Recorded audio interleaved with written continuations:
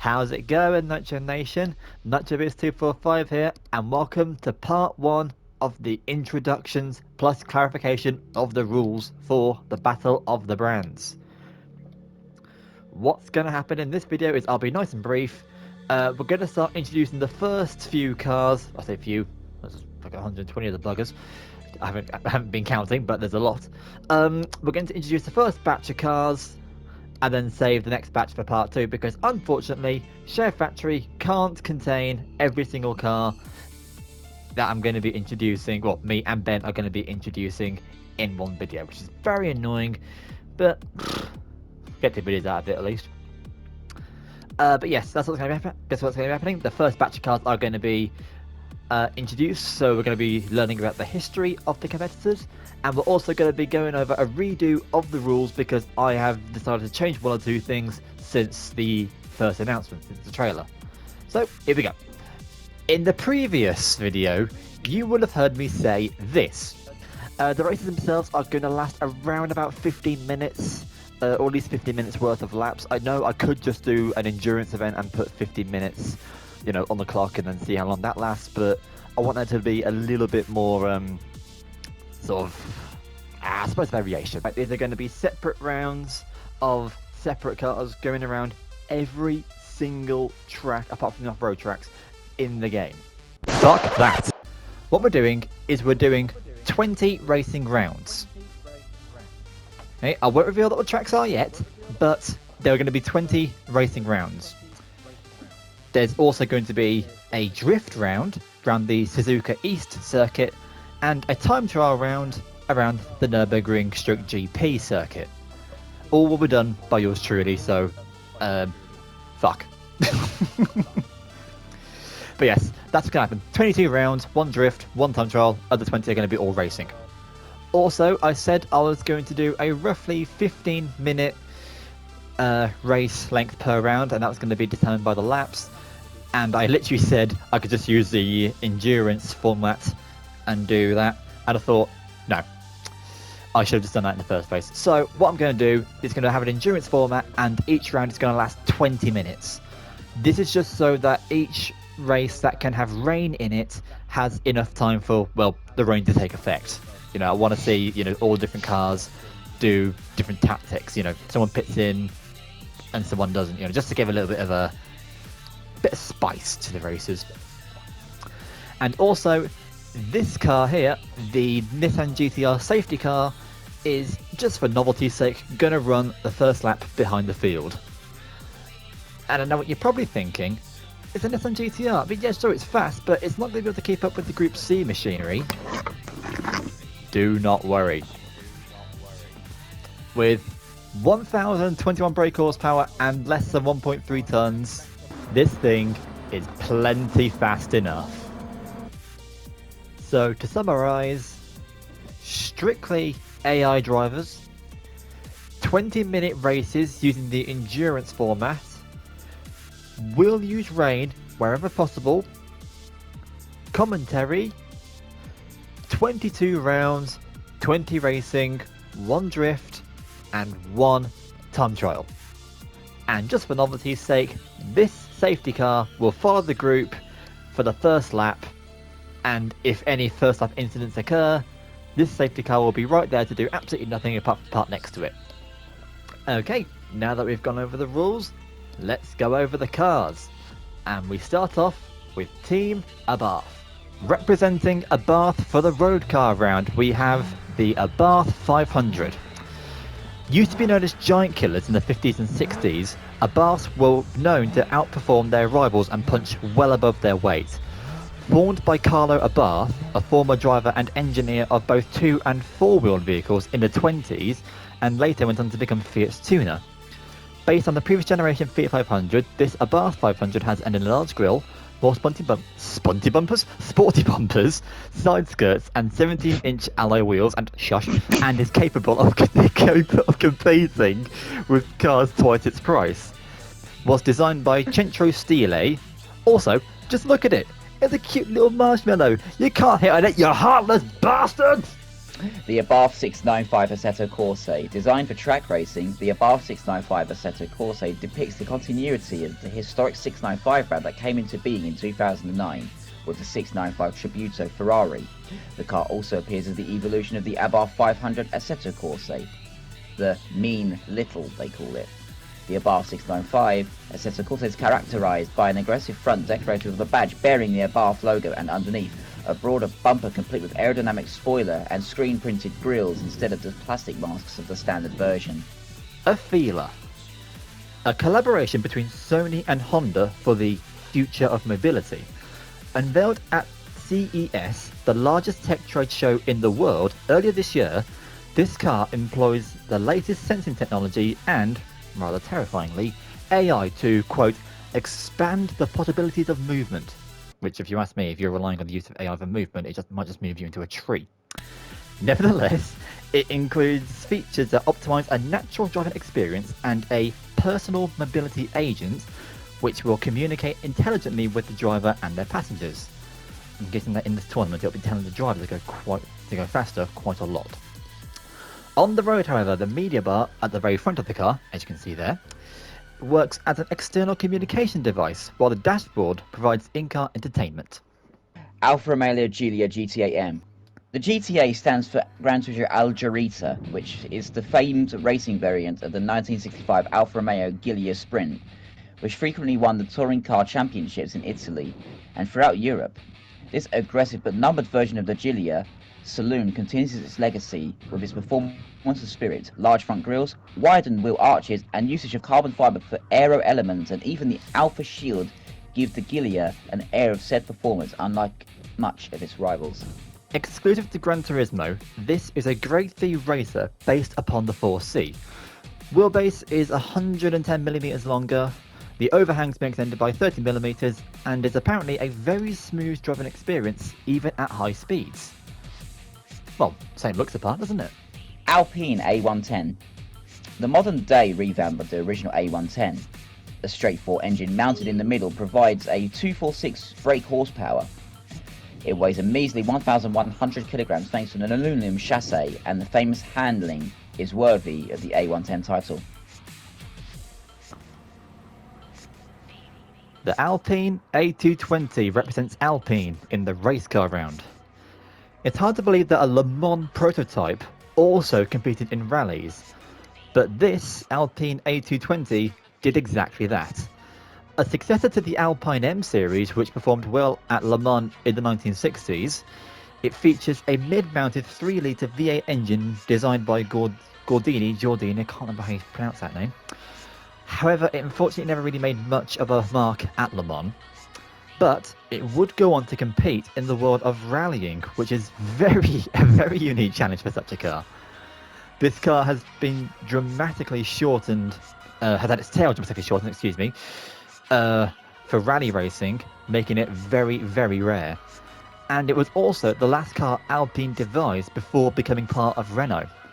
And I'll tell you what then, going from Le Mans, a 24-hour race, to, well, doing completely the opposite thing, going off-road racing. I mean, what a car, what an absolute adaptable beast. You could do pretty much anything with this, couldn't you? I mean, it looks interesting, doesn't it? It looks classical as well. You know, it's. Well, yeah, it was the last car that they Alpine did before becoming part of Renault. And then they have their own F1 team now, don't they? So they made moves. Amuse S2000 GT1 Turbo. Mutated to the point where it's almost unrecognisable from its base model, Amuse have turbocharged the S2000 straight 4 engine as well as enlarged it to produce a whopping 617 brake horsepower. As for the violent body kit, it was designed in collaboration with developers of Gran Turismo, giving it a longer nose and diffuser which make it as aerodynamic as any full-on race car. Now, here we go. This is a blast from the past. Art Morrison. Following the successful launch of Art Morrison Enterprises GT Sports chassis for the Tri-5 Chevrolet, the next vehicle to be targeted for development of a high-performance bolt-on replacement chassis was the 1953 to 62 Corvette, or the C1 generation. The initial development work was done on a 1960 Corvette dubbed Project 3G, as the stated goal was to achieve at least 1 G in acceleration, braking, and lateral load. The car's debut was to a collection of editors who tested the car on AAAs, speedways, drag strip, and skid pad, as well as in a braking zone. Project 3G exceeded expectations with flying colours, recording 1.05 Gs on the skid pad, running 1/4, I didn't say quarter, 1/4 apparently, mile in the low 12 seconds, and braking from 60 to nothing in a mere 116 feet. The car was displayed at the SEMA show and was noticed by Sony. It left so much of an impression on them that they ensured that they would feature the Corvette in Gran Turismo 5 and Gran Turismo 6. Since then, over 500 GT Sports chassis for C1 Corvettes have been shipped to builders all over the world, including many notable award winners. Combining the classic style of the C1 with the handling of AME's GT Sports chassis and contemporary LS to LT power has resulted in a number of them garnering jaw-dropping hammer prices at prestigious auctions. Aston Martin 177. Firstly, just look at this machine.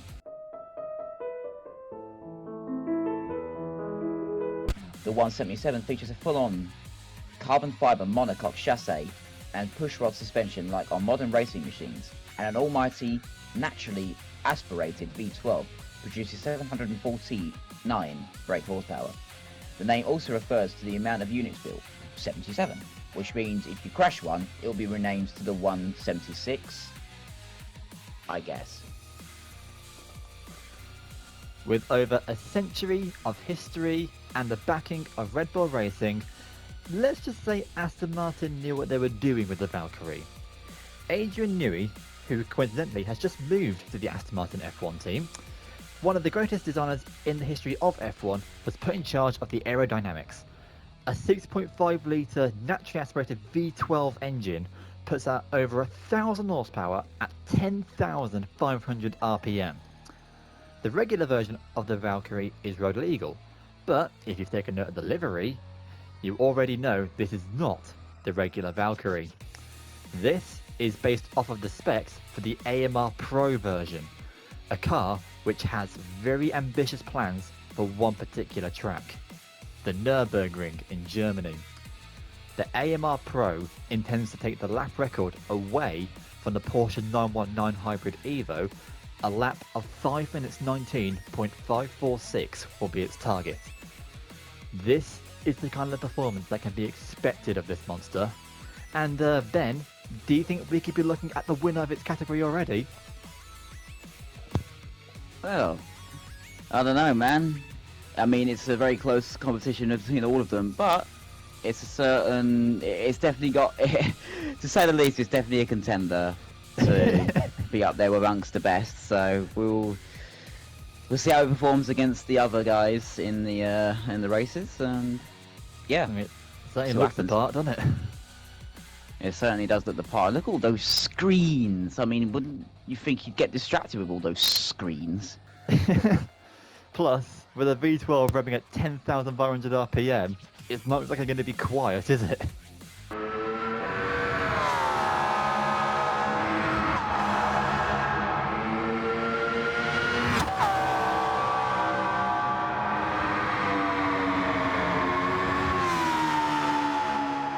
No, it'd be as loud as me sometimes. Almost. Audi R8. The second generation Audi R8 represents Audi in the road car round. Of all the R8s of its generation, this V10 Plus variant is the most powerful, and with its famous 4WD system, this could be one of the frequent early leaders in the races. The Audi R18 TDI represents Audi in the racing car round. It's a prototype race car built to take part in endurance races, most notably the 24 Hours of Le Mans. It's the first time this legendary race has been mentioned. Second, actually. It's not going to be the last.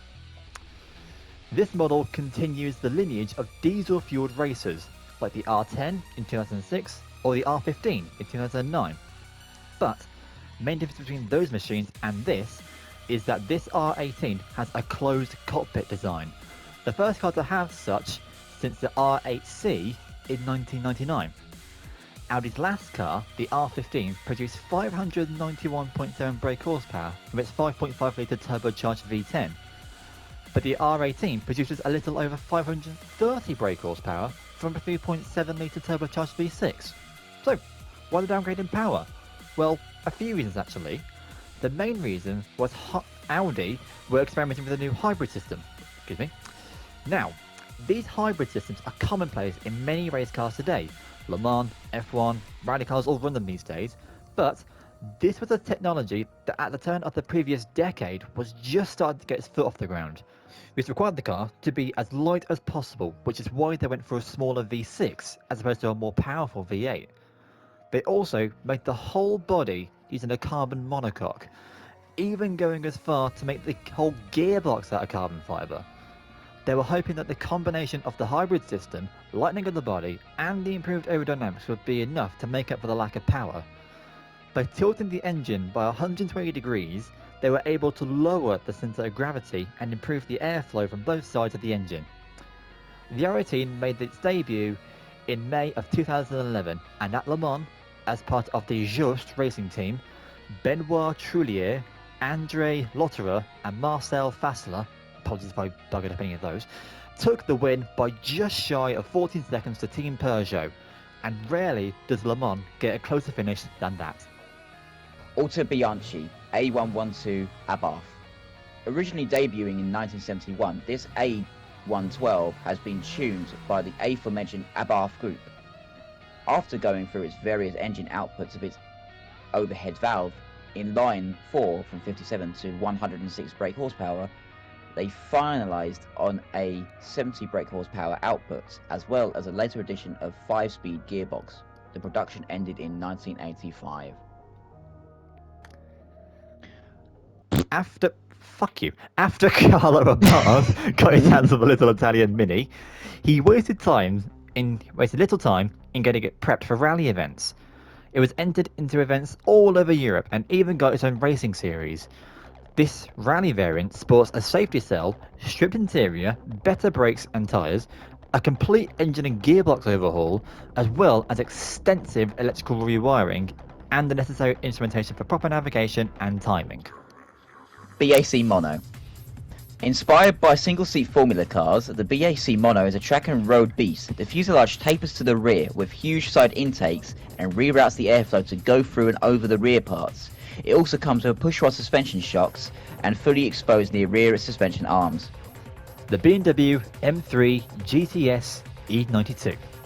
An instant icon, this M3 was limited to only 150 units, but with adjustable suspension, variable aerodynamics, racing bucket seats, high-performance braking systems, lightweight construction technology, and an enlarged V8 engine not being available to everyone, it comes as no surprise that this super sports car has some truly wicked performance.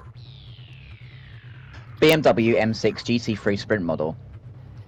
Usually small and light is the ethos followed for converting road cars into racers, but this M6 GT3 goes against the grain, being 5 cm longer than its little road-going brother. With the wheelbase also following this trend, it certainly puts its cornering ability into question. According to its previous drivers, however, it handles precisely and smoothly, winning at the infamous Macau GP in 2018 in the hands of touring car master Sage Ara. The Chiron should need no introduction.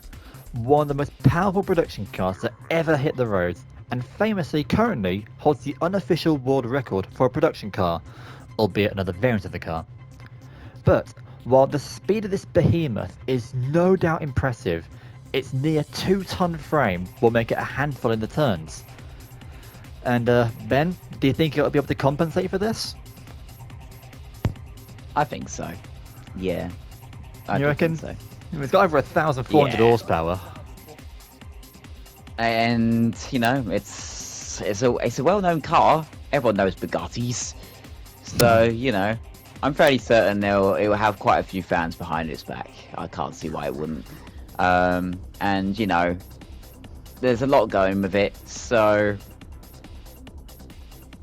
it should be something that should be feared, to say the least. Yeah, especially when you get down a big straight. I think fast circuits, this thing will be one of the top contenders. Mm-hmm. All Yep. right. Viva Bugatti. Bugatti VGT Grade 1. A Gran Turismo variant of the Gran Turismo original. While the power has certainly been slammed by approximately 1,000 brake horsepower, it has kept its mighty acceleration and is massively lighter, weighing less than a ton.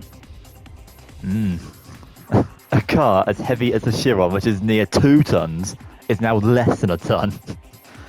And with its acceleration as well, that is going to be, I think, pretty scary to go up against when it comes to the more tight technical tracks.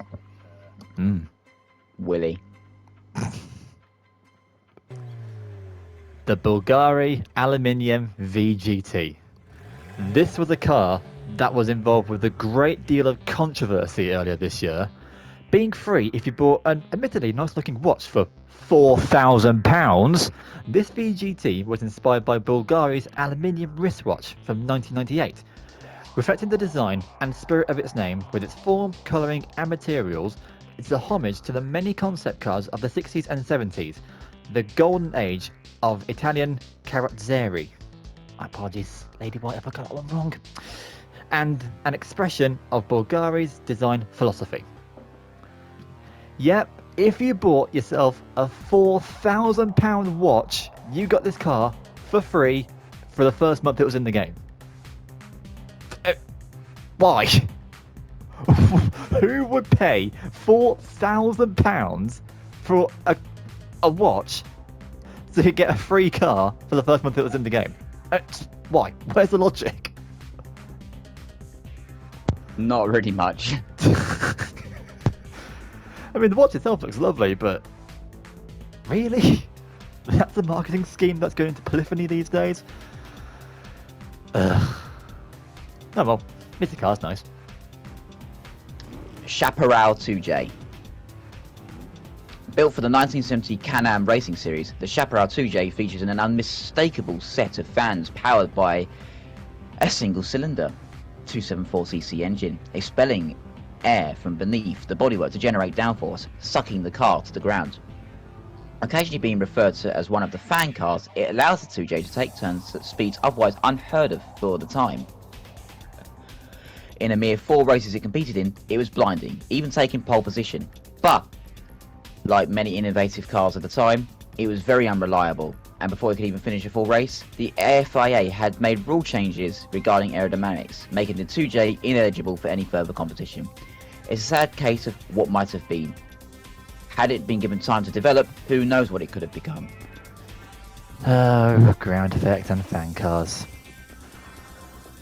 We want innovation back in motorsport. We want fan cars back.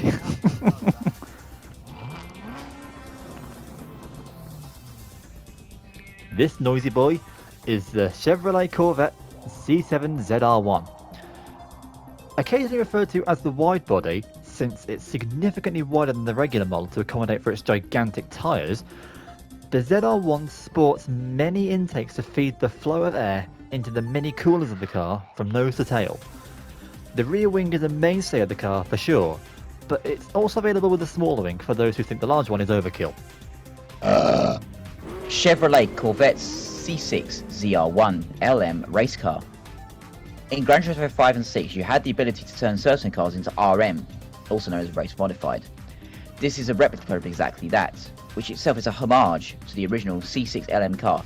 It is definitely one of the fastest and loudest cars on the track, and while it handles well, a fraction too much power could fully send it into a maddening spin. This is one wild machine. The 1967 Chevy Nova tuned by CHC. Chris Hallstrom Concepts, a hot rod shop based in the Pacific Northwest that specialises in custom designs. This monster was built by using a Chevy Nova as a base and runs a supercharged V8 found in the Corvette ZR1, which we've just seen. It's a beast of an engine as well, producing 690 horsepower alone. This car was the winner at SEMA, the largest showcase of custom vehicles on the planet, winning the Gran Turismo award. GT by Citroën. Born from the collaboration between Citroën and Gran Turismo, the GT by Citroën came to life after many visits between Japan and France, going from a show concept model with an electric motor to a road car with a V8 engine. Certainly one of the more striking cars on the grid.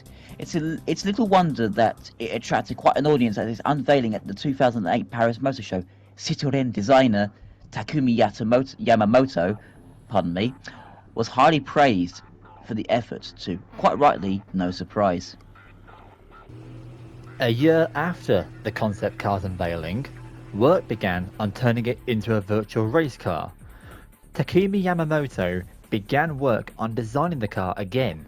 After many sketches, it was decided that it would feature widened wings, air ducts, and an even more aggressive look. Polyphony then took to the task of turning it into a Grade 3 regulated machine by their own rules. And I think it's a very, very pretty looking car as well. You got angles here, there, everywhere. Oh. Certainly one of the more beautiful looking cars on the grid, that's for sure. Daihatsu Copen. A cute looking gay car! Just make sure to keep it out of the way of other heavier cars, which would likely treat it as a hockey puck. The Daihatsu Copen RJV GT is the worst thing to spend $1 million credits on. But aside from that, it's a sports concept that still complies with the key car specifications. While limited to 660cc, the engine still produces an impressive 147 brake horsepower, over twice as much as the regular Copen. The RJ in its name stands for Racing Jacket, a reference to its more sporty and aggressive look. And while something looks sporty, it's a bit like an angry chihuahua, I think, if you were to compare it to dogs for cars. We'll see what we can do. Dauer 962 LM road car. In the early 1990s, Håkan Dauer decided to embark on a venture that would transform the venerable Porsche 962 race car into a street-worthy road car.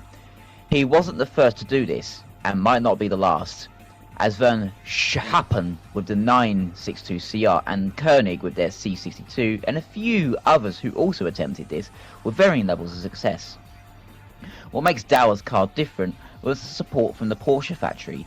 Also different was the fact that Dauer used actual 962 race cars for his road conversions, not a newly minted chassis. Every Dauer 962 was built upon an existing race car that had actual real race experience. In 1993, the Dauer 962 Le Mans held the record for the world's fastest production car at 251.4 miles per hour, a record that was only bested by the Bugatti Veyron at 253.81 miles per hour, more than a decade later. Some record books don't consider the Dauer 962 to be a true street car, having been built on the race cars, so they credit the 221 miles per hour F1 McLaren with the title during those years. Road going Le Mans car. I mean, would you? I would. I'd have one. Maybe.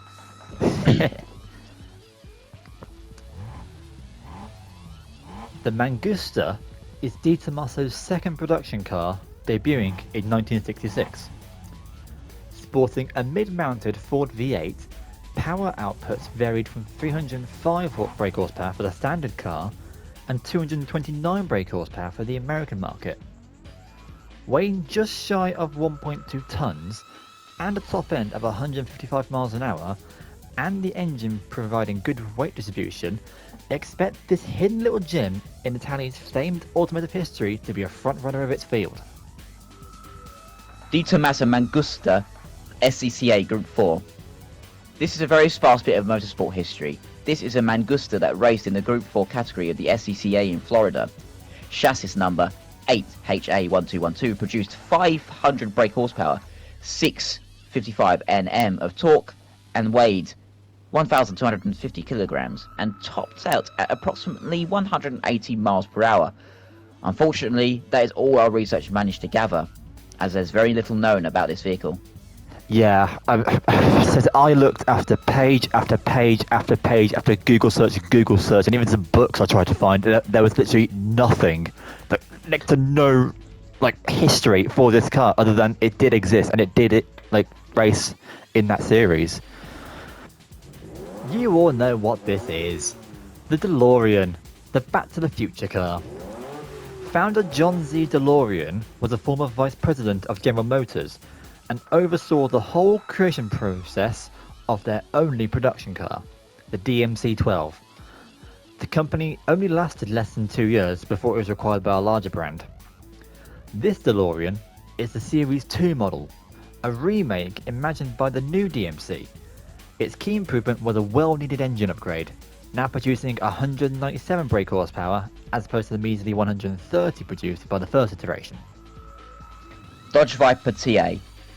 The third generation Dodge Viper, a stronger, more rigid chassis, is the key behind its improved performance, keeping its famous power but also precise handling. More precise handling, to be precise. This time attack variant sports no more power than an off-the-production line model, but it is lighter than and features more aero elements to improve the handling even more.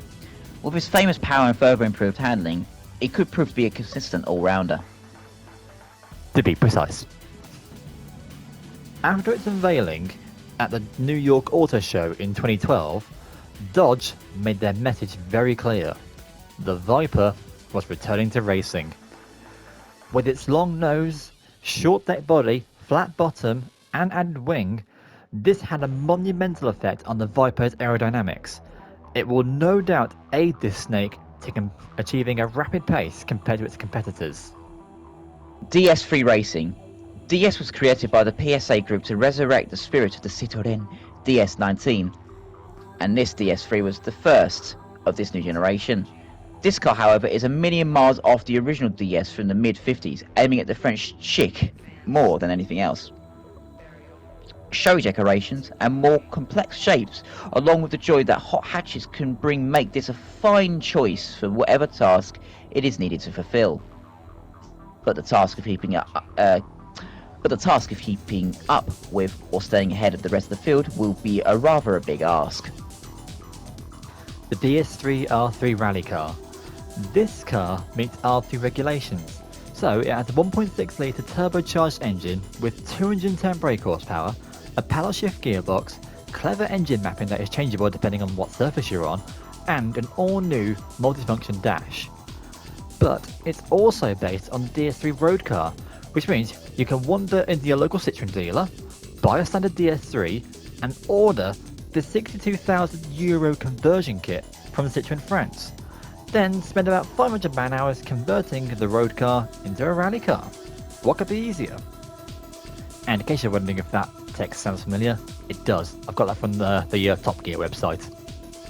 So you give your sources. Eckert Rod and Custom Mach 40. Paying homage to two American classics, the Ford Mustang Mach 1 and the Ford GT40, Eckert, an Oregon-based company who specialised in custom restoration jobs, decided to build this Leviathan. With the body of a completely customised 69 Mustang and being powered by a 5.4 litre V8 engine out of a 054 GT, this Ford Fusion, was a prize winner at the 2012 SEMA Gran Turismo Awards. Coming in at 1.6 tonnes, respectively light for a muscle car of this size, 787 brake horsepower, and, rather unusually for a muscle car, an active aero, this is a machine that stands out in terms of performance and aesthetics, a wild card for sure. Designed with Pininfarina, the LaFerrari meets the philosophy of, above all, a Ferrari must be beautiful. Gives you an idea of all the reliability an Italian car goes. But the car was introduced as the pinnacle of technology, aerodynamics and styling, an expression of pure functional beauty. Nothing on the design is a gimmick, and is definitely one of the most aggressive in aggressive looking cars. With the 6.3 litre V12 pushing out 788 brake horsepower, and an electric motor giving it another 160.7, making it the first hybrid car in Ferrari's history. A total of 949.7 brake horsepower can be unleashed in one go. Having a car with this much power and only weighing 1,255 kilos huddling up behind you is enough to make anybody watch their back. Ferrari FXXK. Deciding that nearly 1,000 brake horsepower in a car that light was not dangerous enough, Ferrari took 32 of the Ferraris and transformed them into terrifying track-only titans. Tuning the V12 to produce 848 brake horsepower and the electric motor to add on another 184, the total power output now reaches 1,035 brake horsepower, in a car that weighs only 90 kilograms lighter than the Ferrari. Don't bother to run from this car, it's probably already past you. No, apparently the LaFerrari wasn't dangerous enough, so we thought, fuck it, more power, less weight, and, well, balls of steel for the driver. You know how it is, don't you? And also, All just right. as an aside, it can also be called the Ferrari fuck. Yes. Yeah, Which FXXK, girls- I don't think they really thought that through. Which, girls, if you want it, he's single. Let's move on quickly. No, not me, the Ferrari. Fiat 500 1.2 8V Lounge SS, long name. One of Italy's most iconic and popular cars, the third generation Fiat 500 had back orders from markets all over the world even after 2 years on the market. Within this small front-engine four-wheel drive body lies a 1.2 litre petrol engine, or 1.4 litre petrol engine, or a 1.3 litre diesel engine, whatever the customer wants. The 1.2 only produces 68 brake horsepower, but weighing only a fraction over a tonne, the sporty drive is at odds with its aesthetics. But will it be enough to keep up with cars in its category? I don't know. Have to have one hell of a driver in there in order to make it dance, but let's not judge a book by its cover. We'll see what it can do. Ford GT17. Paying homage to the GT40 by keeping hints of its image, the second generation Ford GT is wildly different to its predecessor. With an active aero spoiler, a large air tunnel from the roof to the rear on each side, aluminum subframes, carbon fibre body panels, a twin-charged 3.5 litre V6 and a 7-speed dual clutch transmission, this GT is certainly the outlier of the family. But do not for 1 second think that it makes it any worse. 216 miles per hour is well up there with the likes of the LaFerrari. Ford versus Ferrari, anybody? And also, Ben, I are think you I might- American?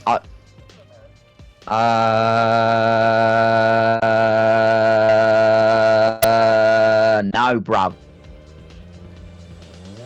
The Ford GT LM Race Car Spec 2. Commemorating Ford's 100th anniversary, the Ford GT was unveiled.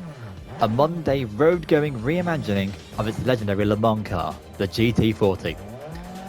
Gran Turismo decided they wanted in on the festivities, so they decided to conceptualize this fictional Le Mans car in its honor, famously featuring in the Gran Turismo 4 intro movie, sporting a supercharged 5.4 litre dual overhead cam V8 engine mounted directly behind the seats, and a racing Spec 6 speed gearbox. This 600 horsepower 1.1 tonne machine will give Ford some excellent representation of old tech born anew. Genesis G70 3.3T AWD Prestige Package.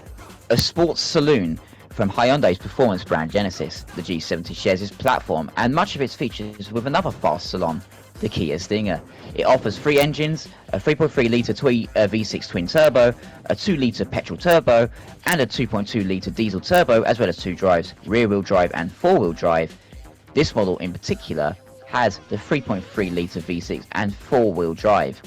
It is a bit on the heavier side, weighing in at 1.8 tonnes, but it has the uncanny ability to take turns in a manner that befits cars well under its weight. Expect this to be a strong runner in its group. The Genesis X GR3.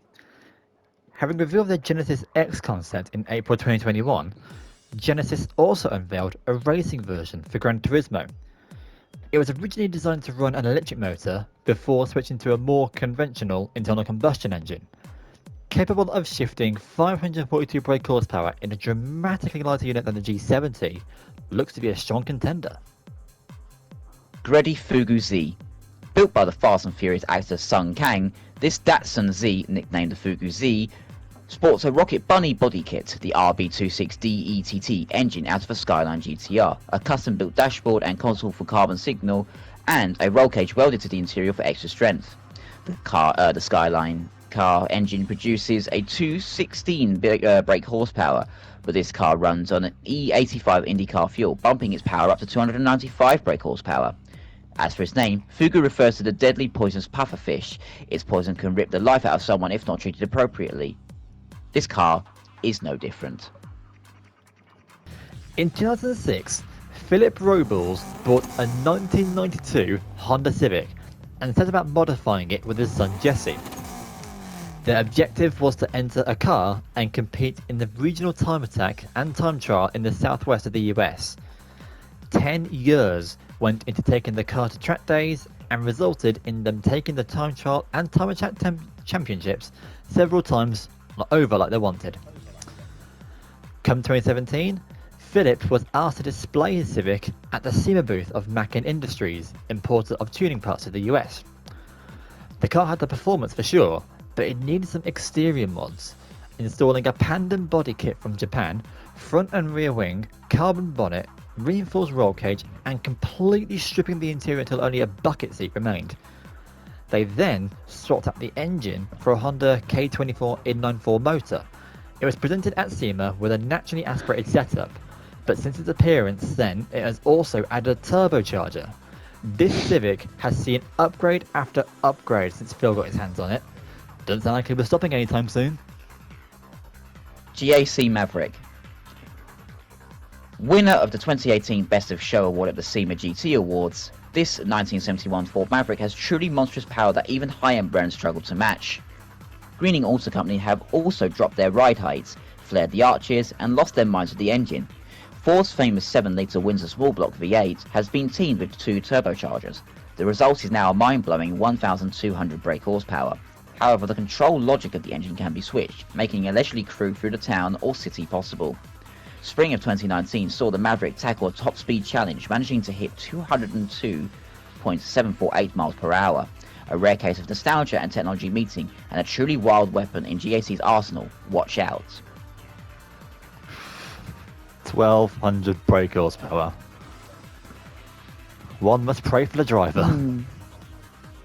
Red Bull fanboy alert. Red Bull X 2014 Junior. Oh, you caught me drinking my Red Bull. I've heard it. How convenient.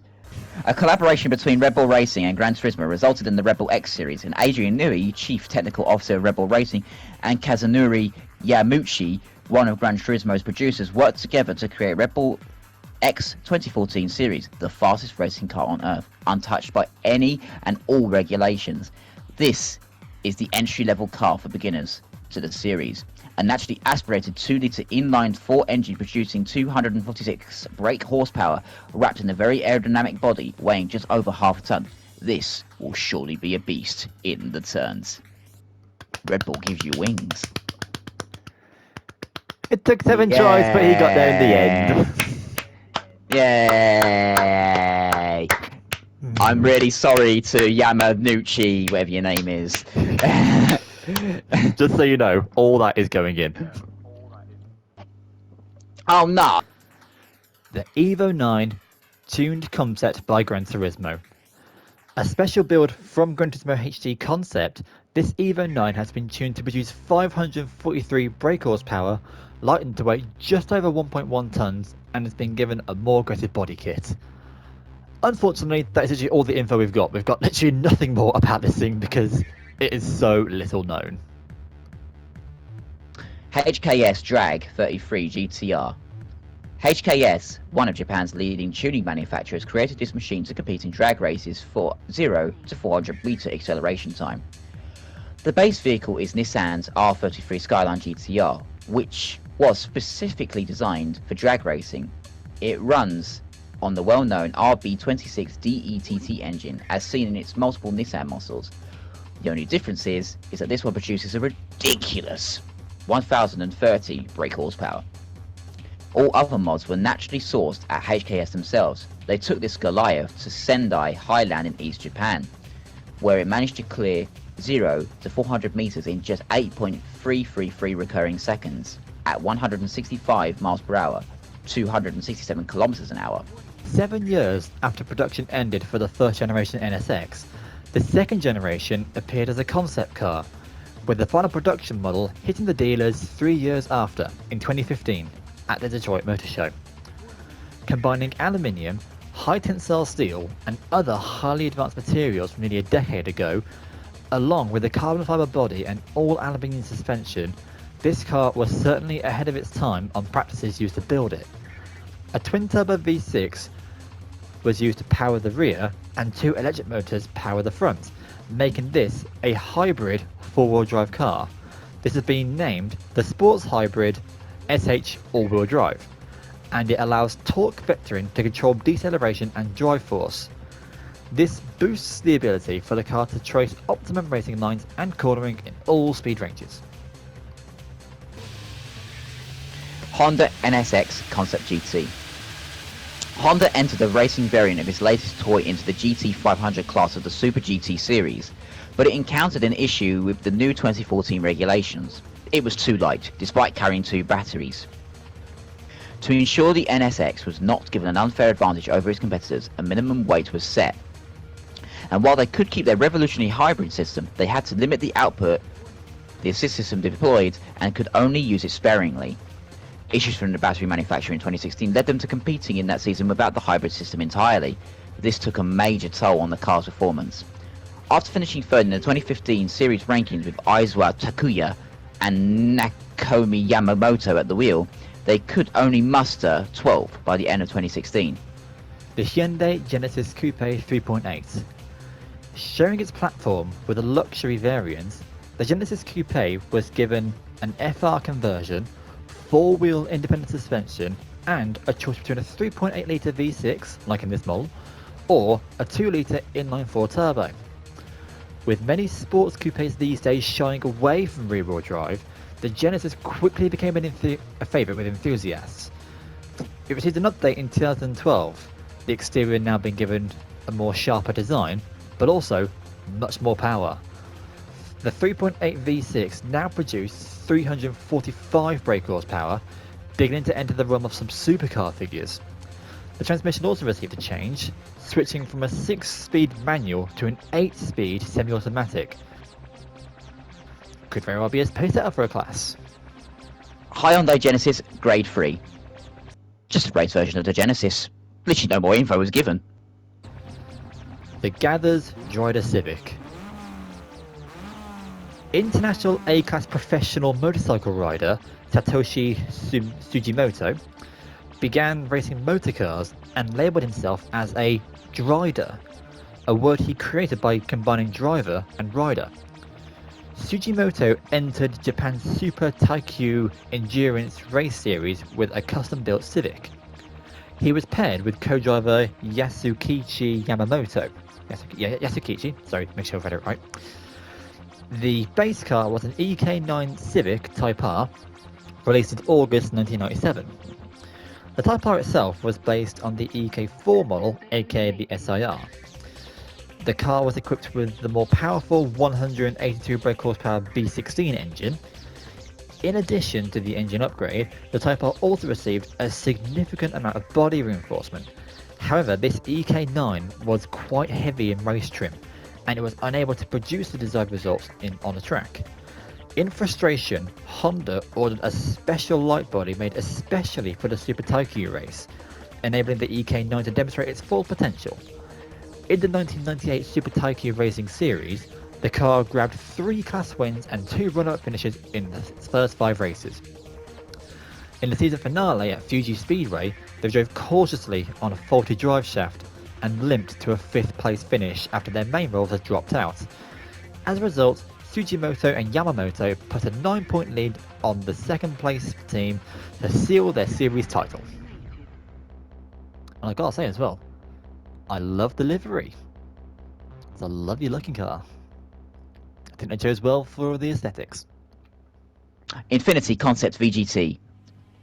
This car was a project that began as an ambitious global contest to design a pure Infiniti GT car.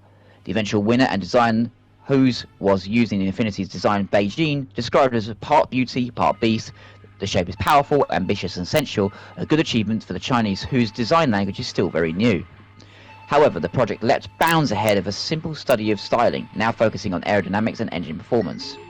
Using a combination of naturally aspirated 4.5-litre V8 and an electric motor for separate tasks, the electric motor provides a gigantic torque for the low speed ranges, leaving the V8 to roar this machine to its top at the end.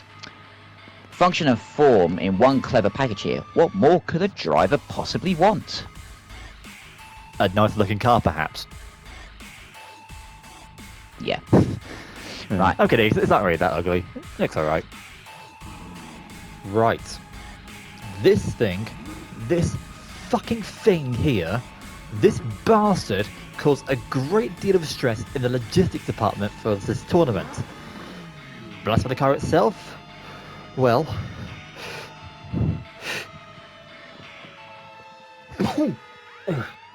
Excuse me.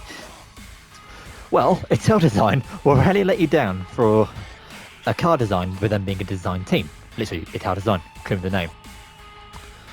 Responsible for over 300 production cars and 100 concept cars, including the legendary Lotus Esprit as seen in The Spy Who Loved Me, and the equally famous DMT DeLorean of Back to the Future trilogy, as we mentioned earlier.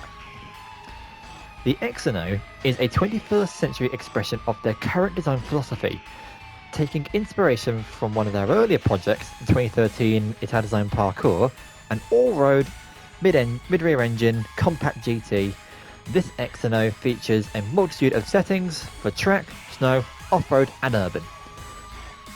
It's designed to be driven on circuits and completely off the beaten track. An almighty powerful, screaming V10 coupled with a pair of 200 kilowatt, equivalent to about 268 brake horsepower, batteries, gives this art piece on wheels a terrifying power output of 1,219 brake horsepower. This car has also been developed around the driver. A crystal sphere cockpit surrounds the occupants, with the body itself being made of aluminium and carbon fibre.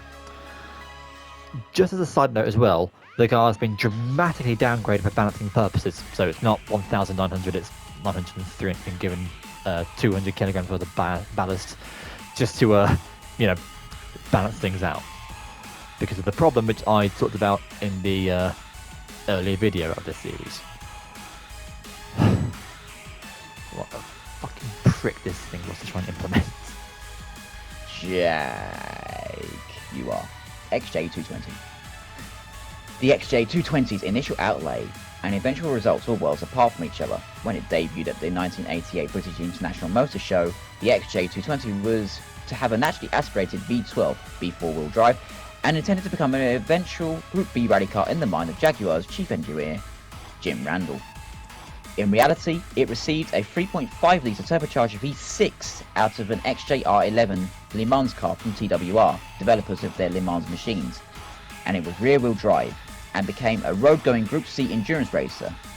You are entered the XJ220 into the GT class of the 1993 24 Hours of Le Mans and was driven by John Nielsen, David Brabham and David Coulthard. They ended up claiming victory in their class, but a month later they had their title stripped from them due to an exhaust regulation violation. However, this minor setback is forever in the shadow of the XJ's greatest achievement. In 1992, the XJ220s reached a top speed of 217 miles an hour around the Nardio test track in Apulia, Italy, making it the fastest production car in history from 1992 to 1993, after being felled and taken it by the Bugatti EV110. The Jaguar XJR9 was designed by famed F1 designer Tony Southgate, and it was one of the most dominant cars of the Group C era. powered by a naturally aspirated 7-litre V12 engine which initially produced 690 brake horsepower.